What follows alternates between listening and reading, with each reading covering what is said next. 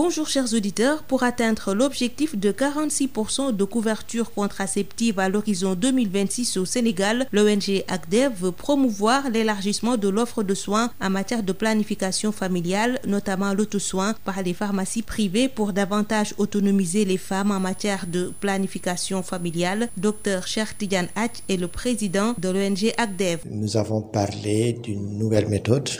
de planification familiale qui permet d'autonomiser un peu les populations quant à l'accès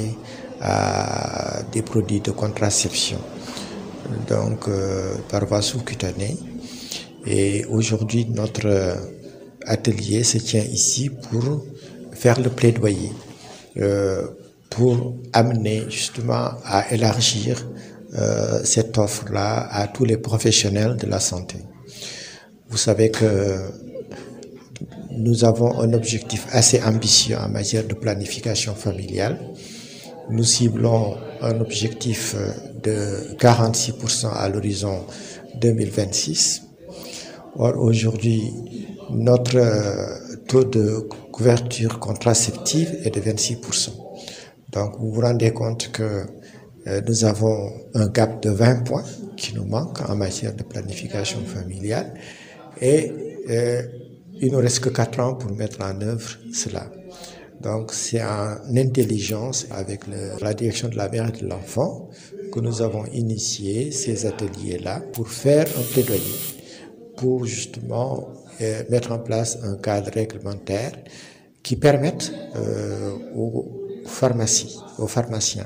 de pouvoir offrir justement cette méthode aux patientes qui fréquentent les pharmacies privées. Pour la matérialisation de cette initiative, la direction de la santé de la mère et de l'enfant compte mettre à contribution l'ensemble des acteurs du système de santé. Mame Mariam Dabo de la DSME. En mettant en contribution par exemple les autres directions du ministère de la santé pour vraiment l'appropriation mais aussi l'accompagnement de l'ONG ACDEV pour la mise en œuvre de ce projet qui sera vraiment d'une importance capitale pour l'atteinte des objectifs que nous ont assignés le ministère de la Santé. C'est d'être au rendez-vous de 2026 avec un taux de prévalence contraceptive de 46%. C'est tout pour aujourd'hui. Merci de nous avoir suivis. dal leen ak jàmm ngir jot li nga xam ne moom la Sénégal di mbëbët ci wàllu soreen ju ñu koy wax planification familiale fekk atum 2026 ONG ACDEV bëgg na ñu yaatal offre de soins bi nga xam ne ñu ngi koy amal ci fànn gu ni mel rawatina lu ñu duppee auto soin ngir jigéen ñi di ko mën a defee ci pharmacie privée yi fii ci Sénégal. Docteur Cheikh Tidiane Athie moo jiite ONG ACDEV. plaidoyer daal mooy jéem a seet waxtaan ak ñi nga xam ne ñoom ñoo yore kàddu ñoom ñoo yore décision yi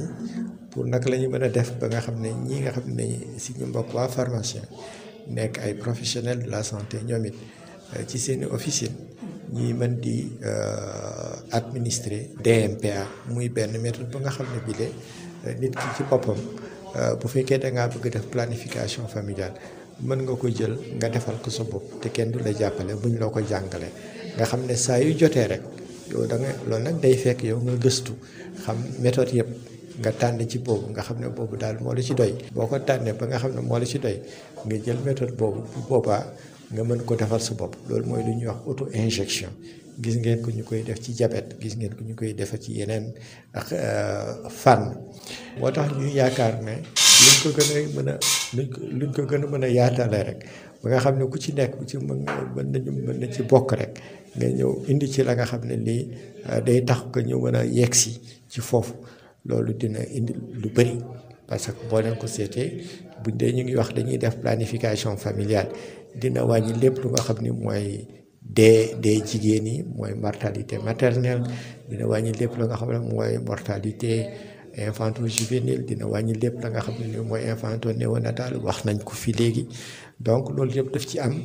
wàll bu baax planification familiale. ngir dab loolee ñuy mbëbët di fexe ba ci Sénégal ci téeméeri jigéen yoo jël ñeent fukk ak juróom-benn yi di jëfandikoo jumtukaay soreen jur direction de la santé de la mère et de l'enfant fas yéene jàppale bi les projets bëgg ci boole ñépp ñi sekk système de santé bi Mame Mariam Dabo nekk ca division de la planification ca DSME. am na ñoo xam ne pour plusieurs raisons dañuy préférer dem directement au niveau des officines et être sous méthode contraceptive. dañu gis ni jigéen ñi wóolu nañu seeni pharmacien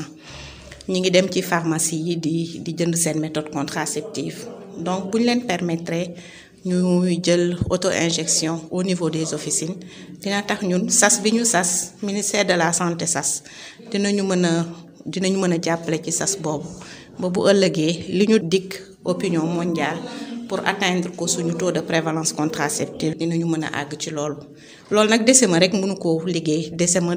daf ci war a ànd ak 6 directions du ministère de la santé ñu taxaw toog waxtaan def benn lal waxtaan tënku ci lu baree bari jéem a xool nan lañuy valider aussi loi SR bi pour nga xam ne pharmaciens yi du ñu am benn problème bu fekkee ni ñu ngi jox jigéen ñi méthode contraceptive boobu ci seeni pharmacie. mbokk déglukat yi fii la ñu yem ak yéen ngeen doog jàmm.